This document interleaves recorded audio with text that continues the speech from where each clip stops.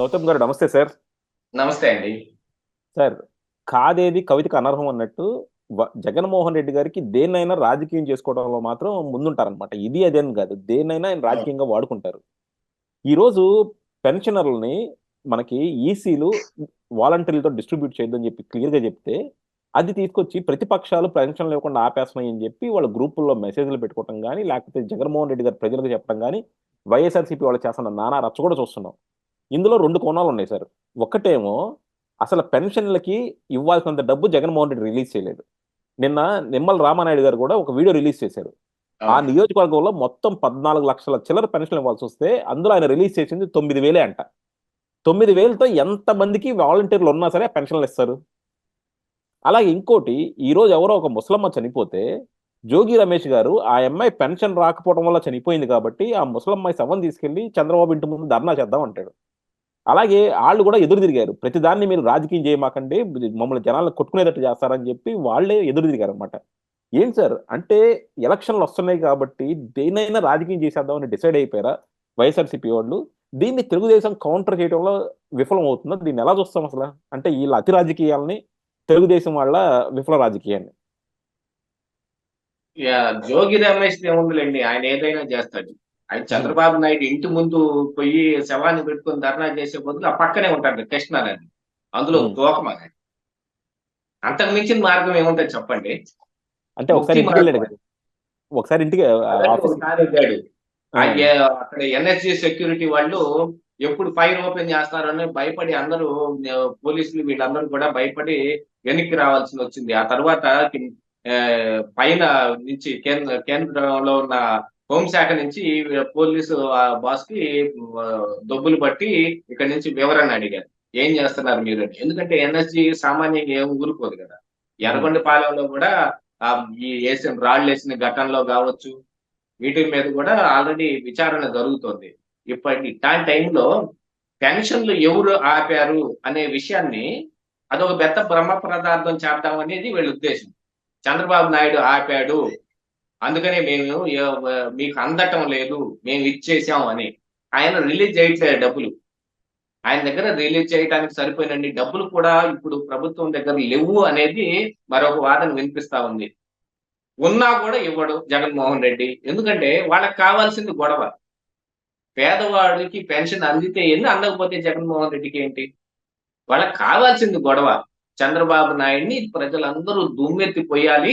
లేదు, ఆయన 2019లో చెప్పినట్టు అందరూ తీసుకెళ్లి భుజాల మీద ఎత్తుకొని పోయి నీళ్ళు లేని బావిలో ఇసిరేయాలి, లేకపోతే సముద్రంలోకి పడదోసేయాలి, లేకపోతే నడి రోడ్డులో ఉరేయాలి. ఏగా ఆయన చెప్పింది 2019 చంద్రబాబు నాయుడు మీద. అలాంటివి చెయ్యాలనేది ఇతని కోరిక. దానికి ఏం వీలుందో అది అంతా చేస్తా ఉంటాడు. అసలు క ఎలక్షన్ కమిషను చెప్పింది వాలంటీర్‌ను వాడొద్దని. ఎందుకు చెప్పింది? చెప్పిన కారణం ఏంటి? వాళ్ళే చెప్పుకున్నారు. ఈ వాలంటీర్‌లందరూ మన కార్యకర్తల పిల్లలే అని. దాంతో పాటుగా పనులు కూడా అలానే చేపించారు. బిఎల్ఓలతోటి వాలంటీర్‌ని పంపించొద్దురా బాబు అన్నా కూడా వాళ్ళనే పంపించి మరి వాళ్ళతోటి మొత్తం గందరగోళం చేసేశారు.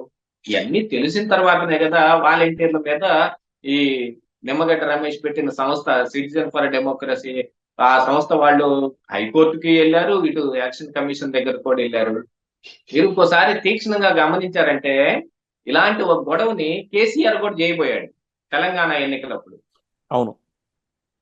అది ఇక్కడ మనకి రైతు భరోసా, అక్కడ సమ్ ఏదో రైతులకి పడే రైతు డబ్బులు. రైతు బంధు. రైతు బంధు ఉమ్, పథకం దగ్గర దాన్ని ఉమ్. ఆపేస్తే కాంగ్రెస్ పార్టీ వాళ్ళు మీకు డబ్బులు రాకుండా ఆపేశారు అని ఓ పెద్ద గొడవ చేయబోయాడు. ఏం ఉమ్. కుదరలా. ఇది కూడా అలాగనే అవుద్ది. ఎవడన్నా చచ్చిపోతే ఆ శవాన్ని తీసుకొని వెళ్ళి గోల చేద్దాం అని అనుకుంటే వాళ్ళే కొట్టి చంపేసేటట్టున్నారు. మొన్న అనంత బాబు సంగతి ఏమైంది చెప్పండి. ఉమ్. ఆర్భాటంగా అనంత్ బాబు, అతను ఎమ్మెల్సీ, ఆడున్న ఎమ్మెల్యేకి ప్రచారం చేద్దామని ఒక ఊళ్ళోకి వెళ్ళి కారు ఆడ దిగి నడుచుకుంటా అడు తిరిగి ఇటు తిరిగి పోయి అంబేద్కర్ బొమ్మకి దండేశారంటే ఇక ఊళ్ళో వాళ్ళందరూ వచ్చి తన్నపోతే బైక్ ఎక్కి పారిపోయాడు. వచ్చిందేమో కారులో, పారిపోయింది బైక్ మీద. వెనక గన్మెన్లు కూడా ఉన్నారు. చూడండి, ఒక దళితుణ్ణి చంపి అతన్ని శవాన్ని ఇంటికి డోర్ డెలివరీ చేసి జైలుకు వెళ్ళి బెయిల్ మీద బయటకు వచ్చి తిరిగి అంబేద్కర్ పెద్ద బొమ్మని ఆవిష్కరిస్తుంటే ఆ సభలో పాల్గొని ఇప్పుడు మళ్ళీ వచ్చి అంబేద్కర్ బొమ్మకి దండేయటానికి వస్తే, ఆ రోజంటే అది గవర్నమెంట్ ప్రోగ్రామ్, సెక్యూరిటీ చాలా ఉంటది. మరి ఈ రోజు ఎవరు ఉంటారు? ఈ గన్మెన్లు వెనకమాల ఉన్న ఇద్దరు గన్మెన్లు ఏంటి, నిజంగా ఫైరింగ్ ఓపెన్ చేయగలిగిన దమ్మున్న గన్మెన్లే ఉంటారా ఏంటి ఇక్కడ ఆడికిచ్చే సెక్యూరిటీలో?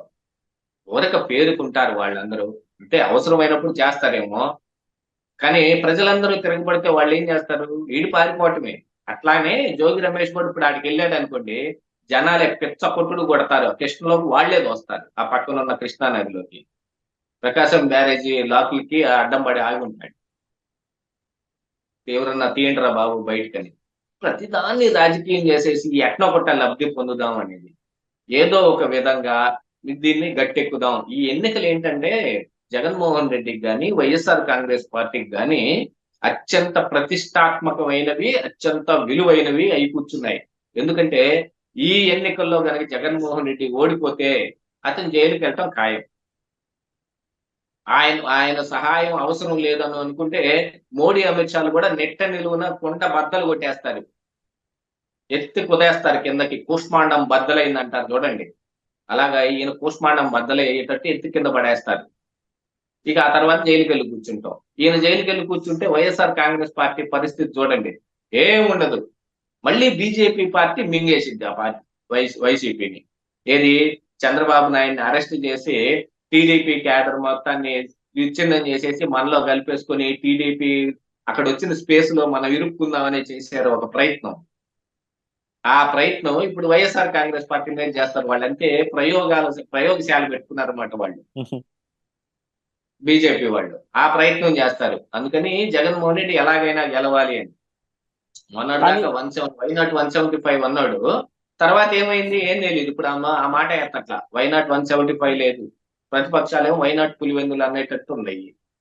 అట్లాగే ఒక పరిస్థితి. దీన్ని ఎలా చూస్తాం సార్? అంటే ఇప్పుడు అక్కడ తెలుగుదేశం పెన్షన్లు ఇవ్వకుండా చేస్తుంది అని జనాలకు చెప్పాలని చెప్పి వైఎస్ఆర్సీపీ విఫల ప్రయత్నం చేస్తుంది. తెలుగుదేశం ఏమో వాలంటీర్ లేకపోయినా సరే నీ దగ్గర సచివాలయ సిబ్బంది, మిగతా సిబ్బంది చాలా మంది ఉన్నారు కదా, వాళ్ళని ఉపయోగించి పెన్షన్లు ఇవ్వచ్చు కదా అని వీళ్ళు అంటా ఉన్నారు. అండ్ ఆ పక్కన చూసుకుంటే మాత్రం అక్కడ డబ్బులు లేవు అకౌంట్లో. కానీ ఇక్కడ తెలుగుదేశం దీని మీద పై చేయి సాధించింది అనుకుంటున్నారా, లేదా వైఎస్ఆర్సీపీ రాజకీయంగా పై చేయి సాధించింది అనుకుంటున్నారా? పై చేయి సాధించింది ఎవరు అనే క్వశ్చన్ వస్తే మాత్రం జగన్మోహన్ రెడ్డి పై చేయి సాధించినట్టు. విపక్షాలు కొంచెం ఇప్పుడు ఈ విషయం అయ్యి చంద్రబాబు నాయుడు గాని, లేకపోతే తెలుగుదేశం పార్టీ గాని, జనసేన గాని, పవన్ కళ్యాణ్ గాని ఏం చేస్తారండి? ఏమి చేయలేని పరిస్థితుల్లో ఉన్నాయి. ఎందుకంటే అతను నెట్ట నిలువున అబద్ధం చెబుతున్నాడు. ఆ విషయం అర్థం అవుతుంది కదా. ఇది అబద్ధం అని వీళ్ళు ఎలుగెత్తి అరవాలి. అరుస్తున్నారు. గొంతు పోయిందాక అరుస్తున్నారు. రాసుకుపోయిందాక అరుస్తున్నారు. అది ప్రజలు వినిపించుకొని ఇది నిజమే, అబద్ధమే కాబోదు అని వాళ్ళు అనుకుంటే అది అవ్వాల్సిందే తప్ప వేరే ఏం చేయగలుగుతారు? మాకివ్వండి, మేము పంచుతాం పెన్షన్లు, మా కార్యకర్తలు వెళ్ళి పంచుతారా అని ఈసీకి అప్లై చేసుకోవాలి కాదుగా. ఇదంతా ఏంటంటే ఒక ఎలక్షన్ మెటీరియల్. నిమ్మల రామానాయుడు చూపించినట్టు వీళ్ళు కూడా ప్రతి చోటకి వెళ్ళి అసలు నిజంగా ఎంత డబ్బులు ఇవ్వాలి, గవర్నమెంట్ ఎంత ఇస్తుంది అన్నది ఎక్స్పోజ్ చేయొచ్చు కదా. ఇంతమంది ఉంటే ఒక్క నిమ్మల రామానాయుడు ఎందుకు ఎక్స్పోజ్ చేయగలిగాడు, మిగతా వాళ్ళు ఎందుకు చేయట్లేదు అసలు? అతను అవుట్ ఆఫ్ ది క్యూరియాసిటీ ఆయన చేశాడు. ఆయన మొదటి నుంచి అలాగనే చేస్తాడు. ఆయన పోయి కింగ్ఫిషర్ స్ట్రాంగ్ బీర్ ఇవ్వండి అని వైన్ షాపుల దగ్గర ఎంత గొడవ చేశాడు, అది నిమ్మల రామానాయుడే. మిగతా ఎవరు చేశారండి? ఎవరు చేయలా. దిక్కుమాలిన మద్యాన్ని అత్యంత ఎక్కువ రేట్లకు అమ్ముతుంటే గోల్ చేసింది ఎవరు? ఈ బూమ్ బీర్ నాకు కింగ్ఫిషర్ స్ట్రాంగ్ ఏంటంటే లేదని అంటేను పెద్ద గొడవ అయిందా ఆడ. అట్లాగనే ఆయన ఇనిషియేటివ్ గా తీసుకున్నాడు కాబట్టి అయింది. కాకపోతే ఇప్పుడు ఏంటంటే అందరూ అంత పోరాట పటిమ కలిగిన వాళ్ళు ఉంటే ఇప్పుడు మనం మాట్లాడుకోవాల్సిన పరిస్థితి ఎందుకు వచ్చి చెప్పండి. 4.5 సంవత్సరాలు పత్తిపాటి పుల్లారావు చిలకలూరుపేట గాలి వదిలేసి పోయి హైదరాబాద్ లో కూర్చున్నాడు. ఇలాంటి నాయకులు ఈ తెలుగుదేశం పార్టీలో 175 నియోజకవర్గాల్లో ఎంతమంది ఉంటారు చూడండి. వీళ్ళందరికీ నేను సీట్లు ఇచ్చే యుద్ధి లేదు, వీళ్ళందరినీ ప్రక్షాళన చేస్తానని అప్పుడు లోకేష్ కూడా చెప్పాడు. కానీ ఏం చేస్తాం? ఈక్వేషన్స్, ఎలక్షనీరింగ్ వచ్చేటప్పటికి ఈక్వేషన్స్ బాగా అవసరం అవుతాయి. తిరిగి అదే నాయకులకి టిక్కెట్లు ఇవ్వాల్సిన పరిస్థితులు వస్తాయి. డబ్బు కోసం కావచ్చు, మిగతా దేనికోసమైనా కావచ్చు, అక్కడ గట్టి క్యాండిడేట్ లేకపోవచ్చు. ఇప్పుడు ఉన్న వ్యవస్థను మొత్తాన్ని కొత్తోడికి ఇస్తే అది అస్తవ్యస్తం అయిపోతే వైఎస్ఆర్ కాంగ్రెస్ పార్టీకి లాభం చేకూరుతుందని అనుకోని కావచ్చు, ఏదో ఒక కారణానికి వీళ్ళు తిరిగి వాళ్ళకే ఇచ్చారు. చిలకలూరిపేట పత్తిపాటి పుల్లారావుకి ఇచ్చారు. 4.5 సంవత్సరాలు లిటరల్ గా పోయి హైదరాబాద్ లో దాక్కున్నాడు ఆయన. నియోజకవర్గాన్ని విడదల రజనీకి అప్పచెప్పేస్తే ఆవిడ మొత్తం క్షవరం చేసి పాడేసింది. ఎక్కడెక్కడి నుంచల్లా క్షవరం చేసింది. 2.5 సంవత్సరాలు మంత్రిగా కూడా ఎక్కడ అవినాష్ రెడ్డి, ఎక్కడ చిలకలూరిపేట, ఎక్కడ విడదల రజని, ఎక్కడ ఎడవల్లి, అక్కడ ఉన్న ఎస్సీ ఎస్టీ వాళ్ళకి అలాట్ చేసిన అసైన్డ్ భూముల్లో ఈ గ్రానైట్ నిల్వలు ఉండటం ఏంటి, దాన్ని ఐడెంటిఫై చేసి దాన్ని క్యాప్చర్ చేయడానికి అవినాష్ రెడ్డితో కలిసి విడదల రజని ప్లాన్ చేయటం ఏంటి? చూడండి ఎక్కడి నుంచి ఏడదాకా వచ్చిందో. ఎక్కడ కడప, ఎక్కడ చిలకలూరిపేట, అక్కడి నుంచల్లా వస్తే మరి ఈయన ఏం చేశాడు? ఏం చేయలా. 4.5 సంవత్సరాలు తెలుగుదేశం పార్టీలో చాలా మంది నాయకులు, వాళ్ళందరికీ ఈరోజు సీట్లు వచ్చాయి. సీట్లు రాని వాళ్ళు చాలా మంది ఉన్నారు. ప్రతి రోజు కనపడే దేవినేని ఉమ ఏమైందో మనం చూసాం. అవును. ఎందుకంటే నిజాలు నిష్ఠూరంగానే ఉన్నా గానీ మాట్లాడుకోక తప్పదు. ఆడెవరికి వచ్చింది సీటు? ఎటు నుంచి వచ్చాడు ఆయన? ఇంతకు ముందు ఆయన మాట్లాడిన మాటలేమిటి? మనకి ఇప్పుడు ఈ 4.5 సంవత్సరాల్లో కనుక మనం ఒకసారి రీక్యాప్ చేసుకొని చూసుకుంటే, ఏ అంశం దగ్గర అయినా సరే ఎక్కువగా కనపడే నాయకులు ఎవరున్నారు? దేవినేని ఉమ, దొలిపాల నరేంద్ర, లేకపోతే ఈ నక్క ఆనంద్ బాబు, ఇట్లాగా పర్టికులర్ గా కొంతమంది నాయకులు ఉన్నారు. కొంతమంది వాళ్ళు ఏమంటారు, అధికార ప్రతినిధులు, పట్టాభి, వీళ్ళు మాత్రమే కనపడ్డారు. కానీ మిగతా నాయకులు ఏమయ్యారు? ఏం లేదు. వాళ్ళంతా ఎలక్షనీరింగ్ లో ఒక దాన్ని నమ్ముకున్నారు. డబ్బు ఉంటే ఎలక్షన్ గెలిచేయచ్చు అని నమ్ముకున్నాళ్ళు. అలాంటి వాళ్ళతోటి ఇప్పుడు వచ్చి మీరు పోరాటాలు చేయలేదంటే ఎలాగా? మీకు గుర్తుందో లేదో, నేను చాలా సార్లు చెప్పాను, అదే పదే మళ్ళీ చెబుతున్నాను. ఇది మాత్రం పక్కా వాస్తవం. ఇది ఎవరైనా సరే గ్రహించి తీరాల్సిందే. లోకేష్ కూడా గుర్తు పెట్టుకొని ఈ విషయం ఎందుకు జరిగిందో రేపు తేల్చుకుంటే గానీ ఫర్దర్ గా స్టెప్ వేయడానికి లేదు. ఏ రోజున చంద్రబాబు నాయుడు కానీ, నారా లోకేష్ కానీ, మిగతా పెద్ద నాయకులు ఎవరైనా కానీ ఇదిగో పలానా కార్యక్రమం చేద్దాం, మేము ఇక్కడికి వస్తున్నాం అని ఇంటిమేషన్ పంపిస్తే వాళ్ళందరూ హౌస్ అరెస్ట్ అయ్యి ఇంట్లో కూర్చున్నారు. ఈ హౌస్ అరెస్ట్ వెనక ఓ పెద్ద గ్యాంబ్లింగ్ ఉంది. వాళ్ళు వస్తున్నారు, ఇప్పుడు పోయి ఎండలో ఏడ తిరుగుదాంలే అని పోలీసులకి ఇంటిమేషన్ వీళ్ళే ఇచ్చి మరి ఈ రోజు పలానా కార్యక్రమం ఉందంట, మేము వెళ్లాల్సి వస్తుంది, ఏం చేస్తారు అని అంటే, మేము వస్తున్నాం, అరే హౌస్ అరెస్ట్ చేస్తాం, మాకు భోజనాలు ఏర్పాట్లు చేయండి, మాకు ఏదన్నా చూడండి అని పోలీసులు కూడా బేరం పెట్టారు. ఇది నిజంగా జరిగిందండి. దీని మీద ఆలోచించుకొని, నిజంగా జరిగిందా లేదా అని ఆలోచించుకొని దీన్ని ఎలా ప్రక్షాళన చేసుకోవాలని చేసుకుంటే ఫర్దర్ గా ఇలాంటివి జరగకుండా ఉంటాయి. పార్టీకి ఇది అవమానమా కాదా? మళ్ళీ అలాంటి నాయకులు ఈ రోజు మళ్ళీ పోటీ చేస్తూ ఉన్నారు అంటే మరి ఇంకెక్కడ వస్తుంది? ఎక్కడి నుంచి వస్తుంది పోరాట పటిమ? ఇప్పుడు ఏ ఊరికి ఆ ఊర్లో, ఏ నియోజకవర్గానికి ఆ నియోజకవర్గంలో ఈ నాయకులందరూ ఇనిషియేటివ్ గా తీసుకుని ఎన్ని పెన్షన్లు రాలేదని నిమ్మల రామానాయుడు ఎగ్జాంపుల్ గా మీరు చెప్పారు కాబట్టి అదే ఆయనే ఎగ్జాంపుల్ గా తీసుకొని వీళ్ళందరూ చెయ్యొచ్చు కదా. చెయ్యరు. వాళ్ళకి అంత లేదు. అక్కడ వాళ్ళు నమ్ముకున్న కార్యక్రమం వేరు. పత్తిపాటి పుల్లారావు అయితే లిటరల్ గా ఒకటే మాట చెబుతాడు, ఏముందమ్మా డబ్బులు ఖర్చు పెట్టి గెలుస్తాం అంటాడు. ఓడిపోయాడు అనుకోండి, 4 సంవత్సరాలు పారిపోయి హైదరాబాద్ లో దాక్కుంటాడు. ఈ మాట చెబితే అందరికి కోపమే వస్తుంది. ఈ మాట అన్నానని మా ఈ తెలుగుదేశం కార్యకర్తల్లో ఎంతో మంది నన్ను బండబూతు తిట్టినోళ్ళు ఉన్నారు. అసలు నేను పుల్లారావు మీద ఇన్ని వీడియోలు చేయడానికి, ఆయన మీద తిరిగి పోటీ చేయడానికి కూడా కారణం ఈ కార్యకర్తలే. ఏదైనా ఒక తప్పు ఎత్తి చూపించినప్పుడు నిజమా కాదా అని ఆలోచించుకొని ఆ తప్పుని సరిదిద్దుకోవడానికి ఏం చేయాలో చేస్తే బాగుంటుంది. కాదు అని మీదకొచ్చి మన అన్నారనుకోండి, నా పనే ఏంటి? నేను ఈ వీడియోలు చేయటమే, నేను విమర్శించటమే, మీ తప్పులు ఎత్తి చూపించటమే. నిరంతరం నేను అదే పని చేస్తాను. కానీ మీ పని అది కాదు కదా. మీరు ఎలక్షన్ లో నిలబడాలి, మీ పాపులారిటీ పెంచుకోవాలి, తిరిగి గెలవాల్సిన అవసరం ఉంది. మరి మీరందరూ ఇప్పుడు ఈ పెన్షన్ల గురించి గట్టిగా ఎందుకు చెప్పలేకపోతున్నారు? వైఎస్ఆర్ కాంగ్రెస్ పార్టీ ఇదిగో చంద్రబాబు నాయుడే ఈ పెన్షన్లు మీకు రాకుండా ఆపాడు అని అంటే 30,000 మంది నమ్మేటట్టుగా ఉంటే మీరేం చేస్తున్నారు? ఆలోచించుకోండి. గుండెల మీద చెయ్యేసుకొని నేను తెలుగుదేశం కార్యకర్తని, నేనేం చేశాను దీని మీద అని ఒకసారి ఆలోచించుకోండి. ఎవ్వరేం చేయట్లా. హాయిగా రేపు గెలవబోయేది మనమే. ఎందుకు? కూటమి ఉంది, మహాగఠబంధన్ ఉంది. జనసేన పార్టీ వచ్చింది, వాళ్ళకున్న 10% ఓట్లు మనకు వచ్చేస్తాయి. గతంలో వచ్చిన 39%, వీళ్ళకి వచ్చిన 7% మనకు మొత్తం కలిపితే 45 అవుతుంది. ఇప్పుడు బీజేపీ కూడా వచ్చి కూటమిలో చేరింది కాబట్టి వేవ్ పెరిగే అవకాశం ఉంది. మనకు ఖచ్చితంగా 49-50% ఓట్లు వస్తాయి. మనం గెలుపు గ్యారెంటీ. అధికారం మందే. రేపు మేము అధికారంలోకి వస్తే ఏం చేస్తారు? ఏం చేయలేరు. ఆ విషయం మాత్రం నేను పక్కాగా రాసిస్తా. ఎవరిని ఏం చేయలేరు. అవుట్ ఆఫ్ ది లా ఎవడేం చేయలేడు. ఎవడైనా బియాండ్ ది లా తప్పు చేసి ఉంటే జైల్లో పెట్టించడం, కేసు పెట్టడం చేస్తారు. అన్ని చేసినా కూడా ఇప్పుడు చూడు, జగన్మోహన్ రెడ్డి 10 సంవత్సరాలుగా బెయిల్ మీద బయట ఉన్నాడు. అతన్ని లోపలికి పంపించే దమ్ము ధైర్యం ఎవడికి రావట్లేదు. ఏముంది? ఎవడు ఏం చేయలేదు. ఇవన్నీ గుర్తు పెట్టుకుంటే కాదు, మనం సక్రమంగా పార్టీని హైప్ చేసుకొని బిల్డప్ చేసుకోవటం ఎలాగా తెలుస్తుంది.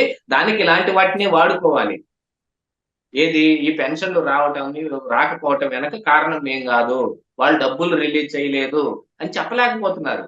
పాపం వాళ్ళు రాంగ్ ఇంటిమేషన్ ఇచ్చి అందరినీ సచివాలయాల దగ్గర ఎండలో నుంచోబెడితే దాంతో పాటు వైఎస్ఆర్ కాంగ్రెస్ పార్టీ డ్రామాలు కూడా ముసలి వాళ్ళందరినీ మంచాల మీద పెట్టుకొని నల్ల జెండాలు పట్టుకొని తిరుగుతా కొన్ని వీడియోలు తీసి సోషల్ మీడియాలో వైరల్ చేయటం మొదలు పెడితే ఆ నోరు తెచ్చుకుని వీళ్ళందరూ చూస్తున్నారు తప్ప ప్రతిగా ఒక్కడి వీడియో చేశాడా? ఇంకా నేను రాసిస్తానండి. వైఎస్ఆర్ కాంగ్రెస్ పార్టీ కార్యకర్త అయితే బండ బూతులు తిట్టడానికి రెడీగా ఉంటాడు, మీద పడి కొట్టి చొక్కా చెప్పడానికి రెడీగా ఉంటాడు. ఏదైనా ఒక వీడియోని ధైర్యంగా పెట్టగలుగుతాడు. తెలుగుదేశం పార్టీ కార్యకర్త కనీసం వచ్చి వీడియో కూడా పెట్టలేదు. ఏంటంటే ఎందుకో భయం. ఆ పెట్టే ఒకళ్ళిద్దరినే వాళ్ళు ఈ జగన్మోహన్ రెడ్డి కూడా బాగా అప్పడప్పటి తాండ్ర చేశాడు వాళ్ళకి. వాళ్ళు కూడా భయపడి ఆగిపోయారు. దానికి పార్టీ సపోర్ట్ చేయాలి కదా. మీలాంటి అంటే యాక్చువల్ గా మనలాంటి న్యూట్రల్ పీపులే ఎక్కువ ధైర్యంగా మనం వీడియోలు చేయగలుగుతున్నాం. ఎందుకంటే వీళ్ళ మీద చేస్తాం, వాళ్ళ మీద చేస్తాం కాబట్టి. కాకపోతే ఇదే సార్, ఇప్పుడు జగన్మోహన్ రెడ్డి కరెక్ట్ గా ఎలక్షన్స్ రాగానే శవరాజకీయాలు మొదలు పెడతాడు అనమాట. ఇప్పుడు రోజు మొదలు పెడుతుంది ఏంటి? మనం వార్తలు కనుక చూస్తుంటే వృద్ధురాలు పెన్షన్ తీసుకోవడానికి వెళ్తా మార్గ మధ్యంలో చనిపోయింది ఎండ దెబ్బ కొట్టి. ఇలాంటి వార్త మీకు రోజుకు ఒకటి వస్తూ ఉంటుంది చూడండి. సో ఈ రావటమే కాదు, రేపు ఇప్పుడు ఇవాళ ఆయన చేయబోయిన శవాన్ని తీసుకెళ్లి చంద్రబాబు నాయుడు ఇంటి ముందు కూర్చుంటానని చేయబోయిన కార్యక్రమం నిజంగా 1-2 జరుగుతాయి. వీళ్ళు ఒప్పుకోలేదు కాబట్టి జరగలేదు. ఒప్పుకునే వాళ్ళు ఉంటారు. ఏమైంది చెప్పండి? మన గీతాంజలి అంశం తెనాలిలో రైలు కింద పడి ఆత్మహత్య చేసుకున్నదా లేకపోతే అది ప్రమాదవశాత్తు జరిగిందా అనే దాన్ని వాళ్ళు పెద్ద బూస్టప్ హైప్ చేసుకొని చివరాఖరికి వాళ్ళ ఇంట్లో వాళ్ళతో కూడా మాట్లాడుకొని కేవలం ట్రోలింగ్ మూలానే చనిపోయింది అని వాళ్ళతో స్టేట్మెంట్ ఇప్పించారా లేదా? కాకపోతే వాళ్ళు చావు తప్పు కన్నులు ఒట్టపోయినట్టు తెలుగుదేశం పార్టీ కార్యకర్తలు కూడా ఒకంత ఎక్స్పోజ్ చేయగలిగారు. ఇదంతా బోటకం, అబద్ధం అని. కానీ ప్రతి విషయంలోనూ ఎలా చేస్తారు? ఇప్పుడు బురద దలుచుకున్నాడు ఏంటంటేనండి, ఒక బకెట్ బురదని సిద్ధం చేసుకొని ఆడ పెట్టుకొని చెంబు పట్టుకొని కూర్చొని ఉంటాడు. నువ్వు వెళ్తా ఉంటావు, బురద కొడతాడు. నువ్వు వెళ్ళి కడుక్కొని వస్తావు, మళ్ళీ వెళ్తా ఉంటే మళ్ళీ బురద కొడతాడు. వాడి పని అది బురద కొట్టడం. నువ్వు కడుక్కోవటం కాదు కదా, నీ బురద వాడు కొట్టాడు అనేది కూడా ఎక్స్పోజ్ చేయాల్సిన బాధ్యత నీ మీద ఉంది. ప్రతిపక్షం అంటే ప్రతిపక్షంలో ఉన్నాం, పోరాడుతున్నాం అని డైలాగులు చెప్పడం కాదు. పోరాట పటిమని ఖచ్చితంగా చూపించాలి, ఎంతకైనా తెగించాలి. ఇప్పుడు ఈ 5 సంవత్సరాల్లో తెలుగుదేశం నాయకుల మీద కానీ కార్యకర్తల మీద కానీ సుమారుగా 60,000 కేసులు పెట్టారు. మరి వీళ్ళు వస్తే రేపు కనీసంలో 10,000 అయినా కేసులు పెట్టగలుగుతారా? లేదు, అలాంటివి ఏమి కుదరదు. అందుకనే లోకేష్ కూడా రెడ్ బుక్ అంటే రెడ్ బుక్ ఎందుకు పనికి రాదనేది నా ఉద్దేశం. ఉద్దేశం ఏమైనా ఉండండి, అందులో ఉన్న పేర్లని ఆయన ఏం చేయలేడు. ఎందుకంటే బియాండ్ ద లా వీళ్ళు వ్యవహరిస్తారు. జగన్మోహన్ రెడ్డి అయితే అవుట్ ఆఫ్ ది లా వెళ్ళిపోతాడు. చూడండి, ఈ రోజు కసిరెడ్డి రాజేంద్రనాథ్ రెడ్డి మన ఆంధ్రప్రదేశ్ రాష్ట్రానికి డీజీపీగా ఉన్నాడు. అతను రియల్ డీజీపీనా? No, he's an acting DGP. అతనికి ఆ డీజీపీ పోస్ట్ ఈ రోజు పొందే అర్హత కూడా లేదు. కానీ 2.5 సంవత్సరాలుగా డీజీపీ ఆయనే ఉన్నారు. ఏం జరుగుతుంది? వీళ్ళు అలాంటి పని చేయగలరా? చెయ్యలేరు. ఎందుకంటే వీళ్ళకి లా అడ్డం వస్తుంది. అదే వెనకటికి చెబుతారు మొదటి సామెత ఒకటి, తెగించిన వాడికి ఏదో చెడ్డే లింగం, చెడ్డే లింగం అని. ఆ. అలా అదే. వాళ్ళు తెగించే అవతల వాడు. కాకపోతే అదే జనాలు కూడా అర్థం చేసుకోవాలన్నమాట. జగన్మోహన్ రెడ్డి ప్రతి దాన్ని రాజకీయం చేయాలనుకుంటున్నాడు. అక్కడ డబ్బులు లేక, డబ్బులు ఇవ్వలేక ఉన్న జగన్మోహన్ రెడ్డి అదే టీచర్ని, అదే మిగతా వాళ్ళందరినీ వాడుకొని ఎలక్షన్ బీర్లు అమ్మిచ్చాడు, మందులు అమ్మిచ్చాడు. తర్వాత పవన్ కళ్యాణ్ కూడా వాళ్ళు ట్వీట్ చేశారు, కొంతమంది గవర్నమెంట్ ఆఫీసర్ని నా సినిమా థియేటర్ దగ్గర కాపలా పెట్టాడని. వీళ్ళందరినీ అన్ని రకాలుగా వాడుకున్నప్పుడు సచివాలయం సిబ్బందితో వాళ్ళతోనూ నువ్వు పెన్షన్ ఇప్పించాలంటే ఇప్పించుకోవచ్చు. కానీ పంతానికి పోయి వాలంటీర్లు చేత ఇప్పించాలని చెప్పి ముసలాళ్ళ చావు కారణం అవుతున్నాడు జగన్మోహన్ రెడ్డి. ఇంకోటి అక్కడ డబ్బులు కూడా లేవు. సో ఈ రెండింటిని కూడా తెలుగుదేశం వాళ్ళు బాగా ఎక్స్పోజ్ చేయాలి. అదే మనలాంటి వాళ్ళని కూడా ప్రజలకు అర్థమయ్యేలా చెప్పాలి. Thank you sir, thank you very much.